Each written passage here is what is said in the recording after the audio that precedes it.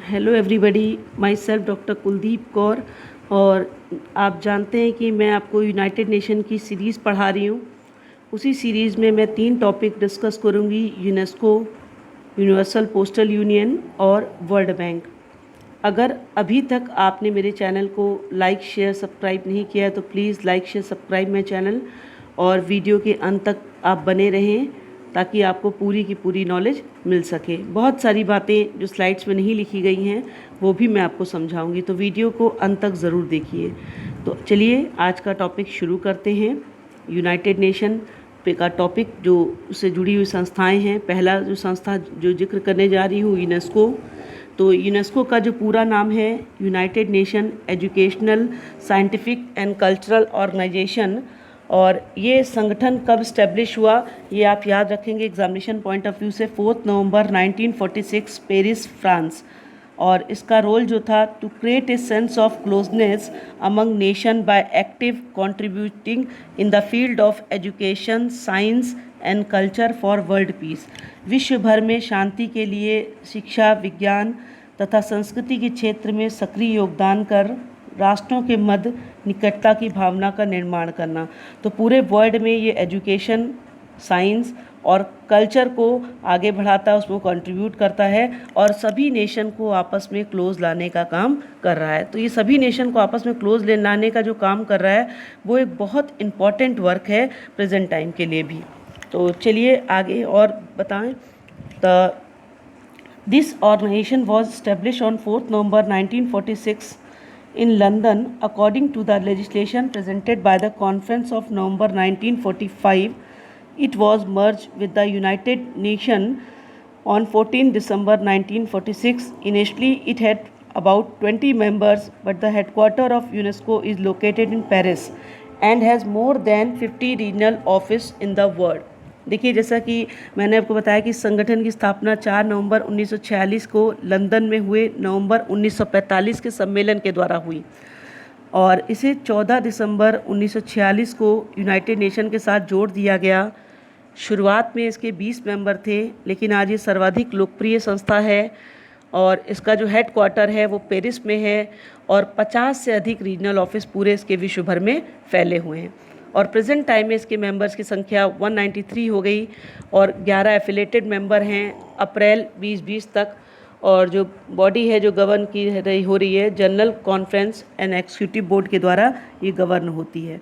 तो आपको examination point of view से सारी बातें याद रखनी है कि प्रेजेंट में मेंबर कितने हैं, फुल फॉर्म क्या है, कब ये बनी, कौन सा लेजिस्लेशन था। ये एग्जामिनेशन पॉइंट ऑफ व्यू के लिए इम्पॉर्टेंट है।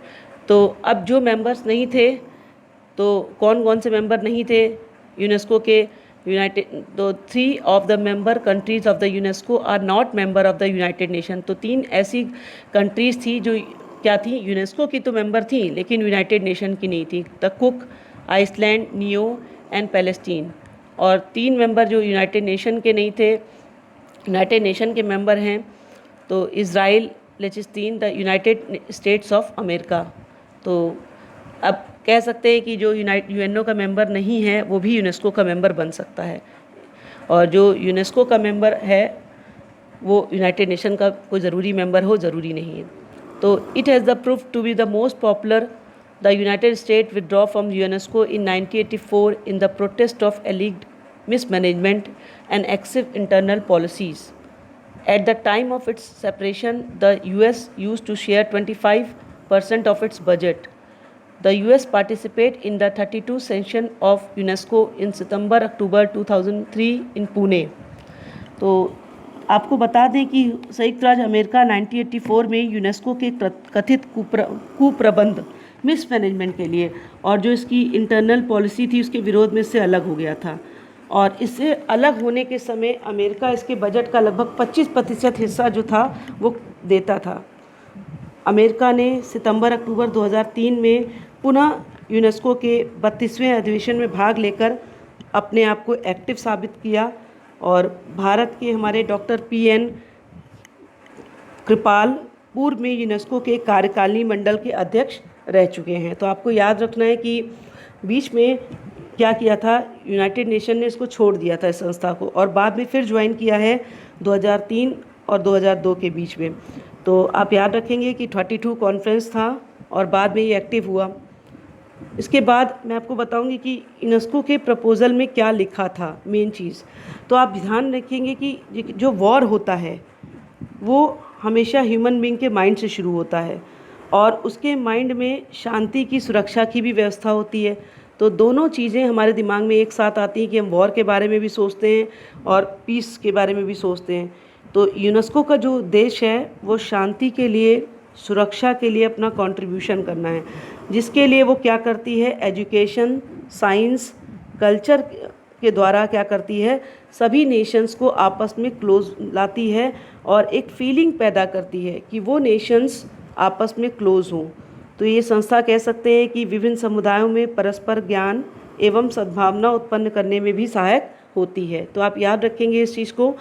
It purpose is contained in the proposal of UNESCO, war begin in the mind of man, so arrangement should be made for the protection of peace in the mind of man. It is necessary to create a sense of closeness among the nation. Through this institution help in generating mutual knowledge and goodwill among different communities. तो आपको समझ में आ गई होगी अब बातें। अब संक्षेप में कह सकते हैं कि यूनेस्को के काम क्या है। जैसे कि आपने देखा है कि मैंने इसको पॉइंट्स में बांटा हुआ है, तो फटाफट मैं आपको समझा दूं। देखिए, यूनेस्को का जो मेन काम है कि वो जितनी भी घटनाएं होंगी उनमें क्या करेगा, समझ विकसित करके विचारक संगठन की भूमिका निभाएगा। एक ऐसे रोल को अडॉप्ट करेगा जो इंटेलेक्चुअल और मॉरल तरीके से डायरेक्शन दे सके। वो दोनों तरीके से डायरेक्शन देने का काम करता है, एक इंटेलेक्चुअल और मॉरल। दूसरी चीज़, शिक्षा के लिए, विज्ञान के लिए, संस्कृति के लिए, संचार के लिए, वो सारी चीज़ों की जानकारी को क्या करवाने का काम करता है, एक्सचेंज करने का काम करता है, कम्युनिकेट करने का काम करता है। वो सारे के सारा ये अपने ऊपर ये काम ले लेता है। क्या कर रहा है, इन्वेस्टिगेशन भी कर रहा है, ट्रेनिंग भी दे रहा है, एजुकेशन भी दे रहा है, चीज़ों को एक्सचेंज भी करवा रहा है। तो ये सारी अपनी पॉलिसीज़ के तहत वो करता है कि पहले से ही वो पॉलिसीज़ बना लेता है और उन पॉलिसीज़ को जो उसके टेक्निकल एक्सपर्ट्स होते हैं उनके द्वारा इन्फोर्समेंट का करने का काम कर रहा है। तो आप देख रहे हैं बहुत इंपॉर्टेंट चीज़ें। और शांति के लिए अंतर्राष्ट्रीय संस्कृति वर्ष 2000 में यूनेस्को के तत्वाधान में मनाए जाने के दौरान यूनेस्को को शांति के लिए ही एक अवार्ड मिला था। जो उस समय पहले प्रोग्राम हुआ था कि शांति की संस्कृति मैनिफेस्टो 2000 एक प्रकाशित किया गया और मैनिफेस्टो 2000 को नोबल शांति पुरस्कार एक समूह ने तैयार किया था कि ये शांति के लिए ही बेसिकली काम कर रहा है, जिसमें विश्व में कह सकते हैं कि शांति को बनाए रखने के लिए 6 वैल्यूज़ को फिक्स किया गया कि हम 6 वैल्यूज़ को अगर फिक्स कर ले तो हम पीस को हमेशा इस्टेब्लिश कर सकते हैं। कौन कौन सी 6 वैल्यूज़ हैं? सभी के लिए हम सम्मान दें, रिस्पेक्ट फॉर एवरीवन लाइफ। दूसरी चीज़, हिंसा को त्याग दे। थर्ड, कोऑपरेशन विद अदर, दूसरे के साथ सहयोग करें। लिसनिंग फॉर अंडरस्टैंडिंग, हम हमेशा समझ के साथ सुने। कहते हैं कि गुड लिसनर होना बहुत ज़रूरी है, तो यहाँ पर इसको वैल्यूज़ को शामिल किया गया कि हमें सुनना चाहिए। पृथ्वी का संरक्षण करें और आपस में क्लोजनेस करें। रिकवरी ऑफ इंटीमेसी, घनिष्ठता की पुनः प्राप्ति करें। तो यूनेस्को के 3 ऑर्गन भी हैं जो इसका काम करते हैं। तो फर्स्ट है इसका जनरल कॉन्फ्रेंस, महासम्मेलन। तो it has representative from all the member country. It decided the policy of the organization, its programme and budget. The meeting of the general conference is held once in 2 year. तो देखिए, इसमें सभी देशों का प्रतिनिधित्व होता है। यह संगठन की नीति, उसके कार्यक्रम, प्रोग्राम्स और बजट को तय करता है। और जनरल कॉन्फ्रेंस 2 वर्षों में एक बार इसकी मीटिंग होती है। तो फर्स्ट आप याद रखेंगे, जनरल कॉन्फ्रेंस इसका ऑर्गन है। दूसरा, एग्जीक्यूटिव बोर्ड, कार्यकारिणी मंडल, और इसमें 51 मेंबर्स होते हैं जो 4 साल के लिए इलेक्ट किए जाते हैं। और जो भी ये डिसीज़न देती है वो जनरल कॉन्फ्रेंस क्या करता है, उसको इन्फोर्स करता है। थर्ड है सचिवालय। तो ये गृह प्रबंध का कार्य करता है और इसका जो अध्यक्ष होता है, महानिदेशक होता है, डायरेक्टर जनरल होता है। तो इम्पॉर्टेंट चीज़ें मैंने आपको सारी की सारी बताई अभी कि UNESCO is a member of the United nation sustainable development group. UNESCO क्या है, सतत विकास ग्रुप का भी क्या है, मेंबर है। और इसका एक ही उद्देश्य है कि सतत विकास के साथ हम क्या करें, सतत विकास की प्राप्ति करें, लगातार विकास हो और हम सारे के सारे जितने भी काम करना चाह रहे हैं एजुकेशन को लेकर, साइंस को लेकर, वो बहुत अच्छे तरीके से कर सके। तो इसका जो 39 सेशन था यूनेस्को का जनरल कॉन्फ्रेंस में कौन इलेक्ट हुए थे? Audrey Azoulay as director general of UNESCO, और ये सक्सीडिंग इराना बुकोवा के बाद हुए थे।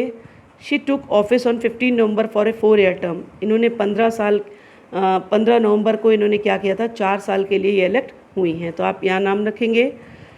तो अब आगे नेक्स्ट चीज़ कि आपको इम्पॉर्टेंट चीज़ें सारी बता दी, और एक बार फिर से एक बार छोटा सा रिवीजन की आप याद रखेंगे। नाम 39 सेक्शन में आंड्रे अजोले, इनको यूनेस्को का डायरेक्टर जनरल चुना गया, और इन्होंने जो जगह ली थी आप याद रखेंगे एरिना बोकोवा की जगह ली थी, और 15 नवंबर को 4 साल के लिए इन्होंने अपनी पोस्ट को अडॉप्ट कर लिया।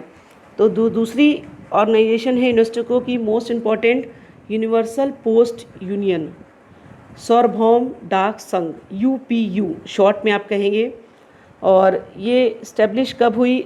9 नवंबर 1874 को ये इस्टेब्लिश हो गई। इम्पॉर्टेंट बात है एग्जामिनेशन पॉइंट ऑफ व्यू से कि कब इस्टेब्लिशमेंट हुआ, कब, क्या हेडक्वार्टर है और कैसे ये काम करती है, ये सारी चीज़ें आपको हमेशा फिंगर्स पे याद होनी चाहिए, क्योंकि इनमें से एग्जामिनेशन में कुछ ना कुछ ज़रूर क्वेश्चंस पूछ लेते हैं। कि इस्टेब्लिशमेंट याद रखिए 9 नवंबर 1874 को इस्टेब्लिश हुई, और समान डाक अभी समय पर हस्ताक्षर किया गया, और 1984 में संयुक्त राष्ट्र अभिकरण बना।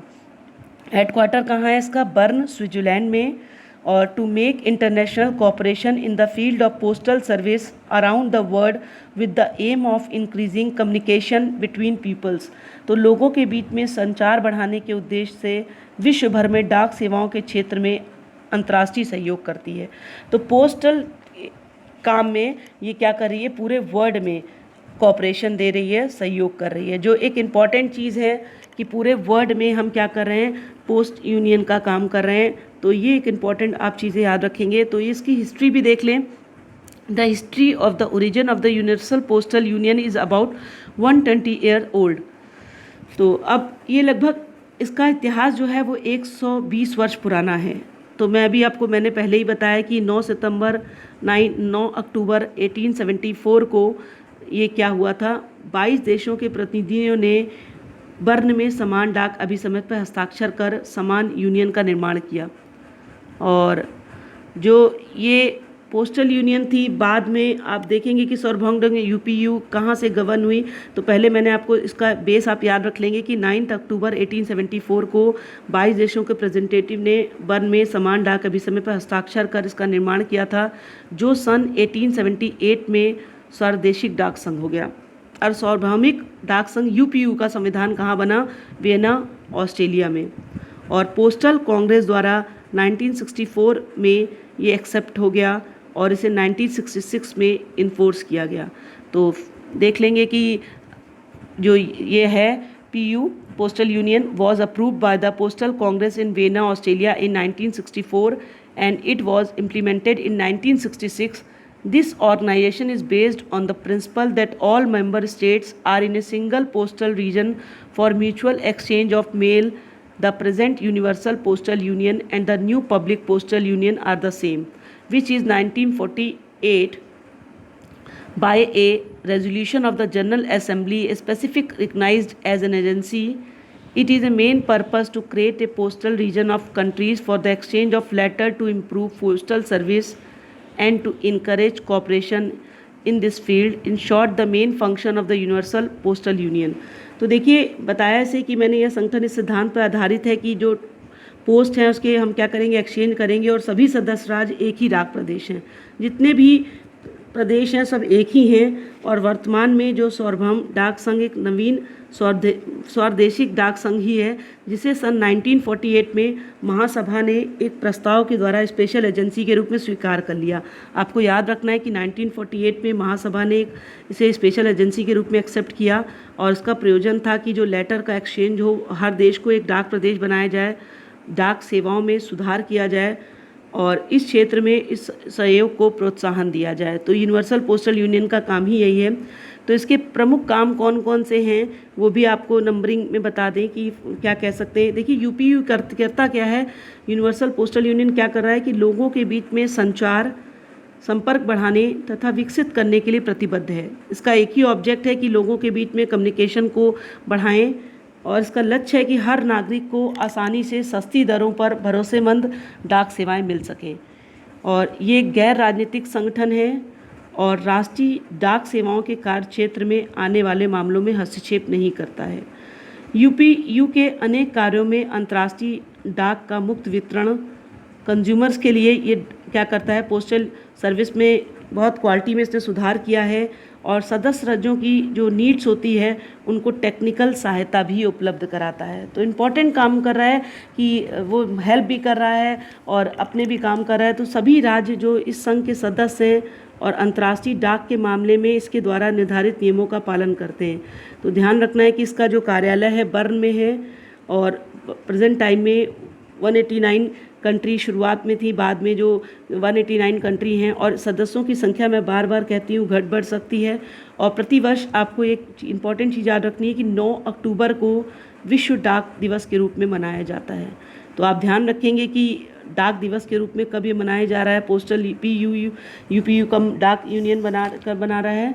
यूनिवर्सल पोस्टल यूनियन विश्व डाक दिवस कब मनाता है आपको याद रखना है। वर्ल्ड पोस्टल यूनियन तारीख रहेगी 9 अक्टूबर।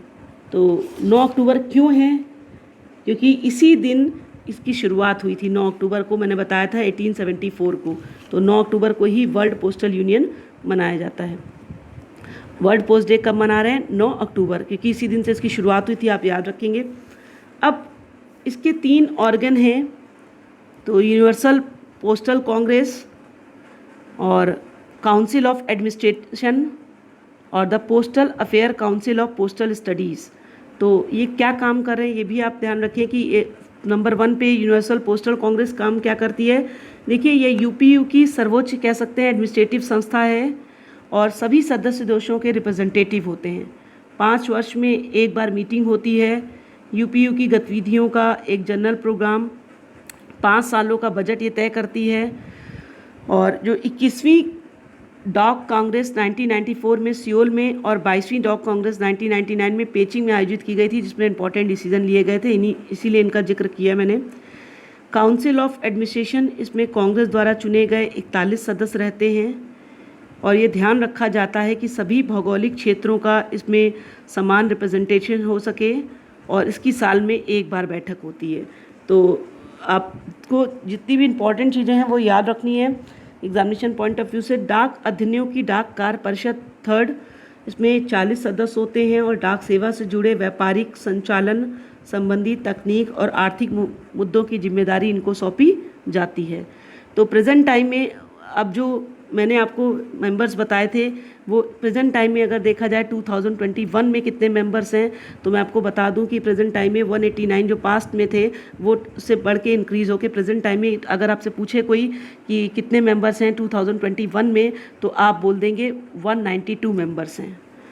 192 मेंबर्स हैं क्योंकि मेंबर्स में बढ़ते रहते हैं और 2021 में 192 मेंबर्स हैं। और योगदान वर्ग प्रणाली के माध्यम से जितने भी ये खर्चे हैं यूनाइटेड नेशन से क्या करता है, ले लेता है।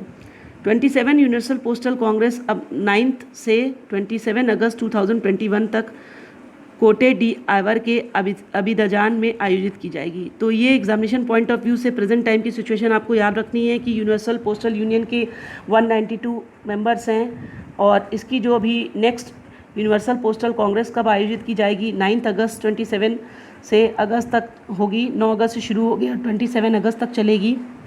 कहाँ पर चलेगी, कोटे डी आइवर के अबिदजान में आयोजित की जाएगी। और जो बिसेर हुसैन हैं वो समान रूप से यूपीयू के मामले और डाक संबंधी मामलों का व्यापक अनुभव रखते हैं, जो इस समय इसको डायरेक्शन दे रहे हैं। तो आपको याद रखना है सारी इंपॉर्टेंट चीज़ें। अब आता है वर्ल्ड बैंक। तो सबसे पहले वर्ल्ड बैंक को और भी किस नाम से जानते हैं वो भी बता दें, international bank for reconstruction and development और वर्ल्ड बैंक। तो अंतर्राष्ट्रीय पुनर्निर्माण एवं विकास बैंक, विश्व बैंक।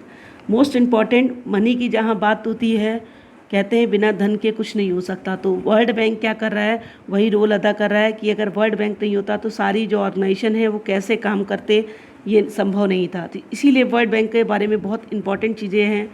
तो वर्ल्ड बैंक कब इस्टेब्लिश हुआ, दिसंबर 1949 में 1945 में। आप याद रखेंगे इंपॉर्टेंट डेट कि इस्टेब्लिशमेंट दिसंबर 1945। कहाँ पे हुआ है, वॉशिंगटन डीसी, संयुक्त राज्य America.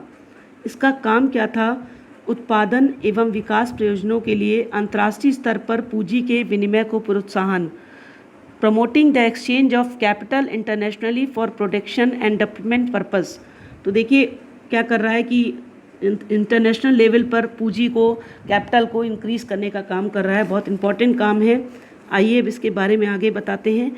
International bank for reconstruction and Development, World Bank, what we call the World Bank is actually a group of 4 institution. देखिए जिसे हम विश्व बैंक कहते हैं, देखा जाए तो ये 4 संस्थाओं का समूह है। इसका मतलब ये अकेला नहीं है, 4 संस्थाएं हैं। कौन कौन सी हैं वो भी मैं आपको बता दूं। ये पहली संस्था इसमें है अंतर्राष्ट्रीय वित्त निगम, IFC। तो IFC पहली है।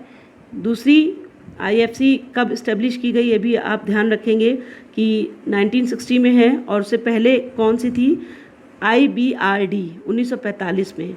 सब आप नंबरिंग याद रखिए। 1945 में कौन सी हुई, अंतर्राष्ट्रीय पुनर्निर्माण और विकास बैंक, IBRD।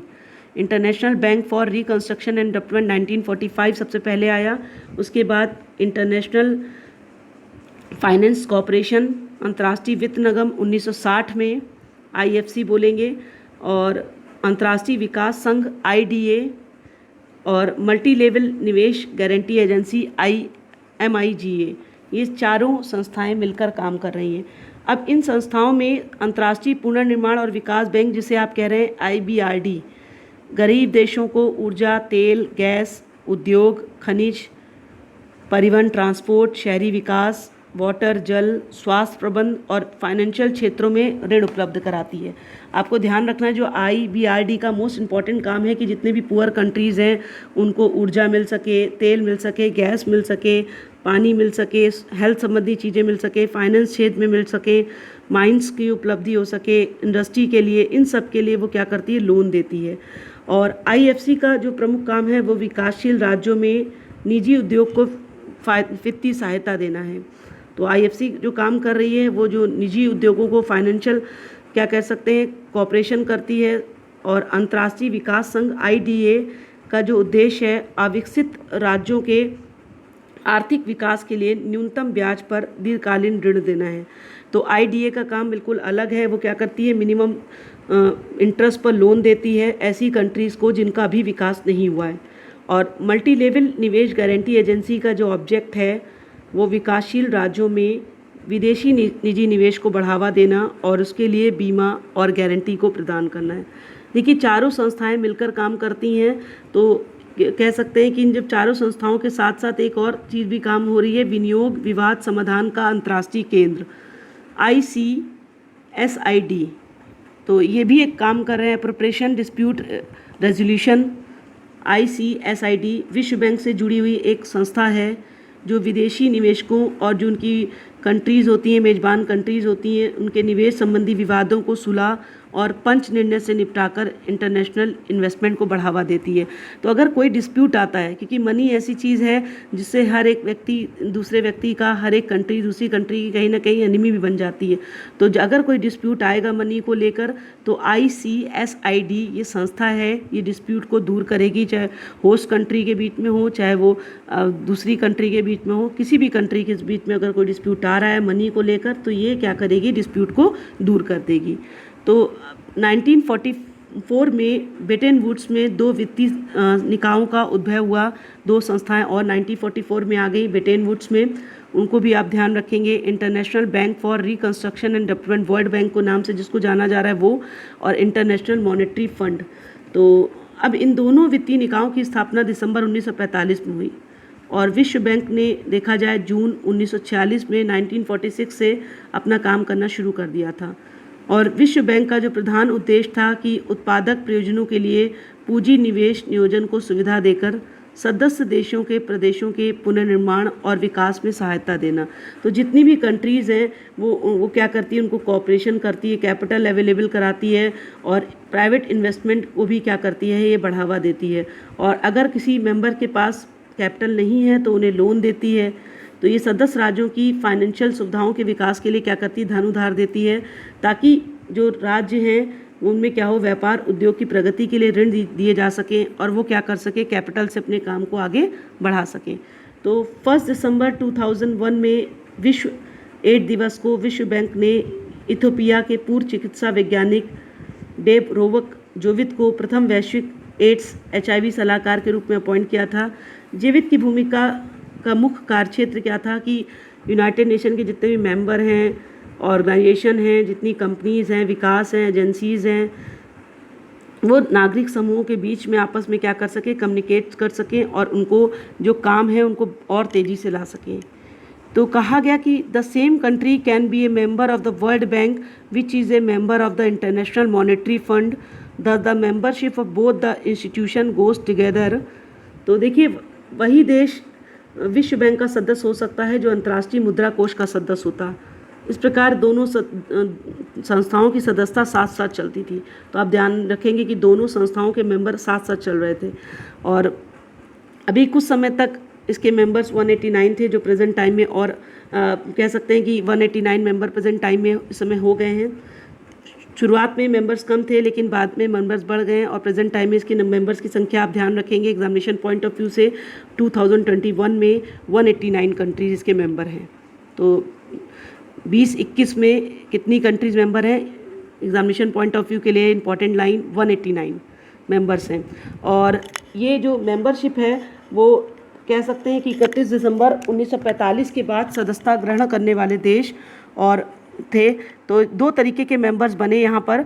तो आप ध्यान रखेंगे कि इसमें दो मेंबर्स हैं, मौलिक और बाद में जो मेंबर्स बने। मौलिक कौन थे जो 31 दिसंबर 1945 तक सदस्यता ग्रहण करने वाले देश, और 31 दिसंबर 1945 के बाद जो बने वो मौलिक सदस्य नहीं कहलाएंगे।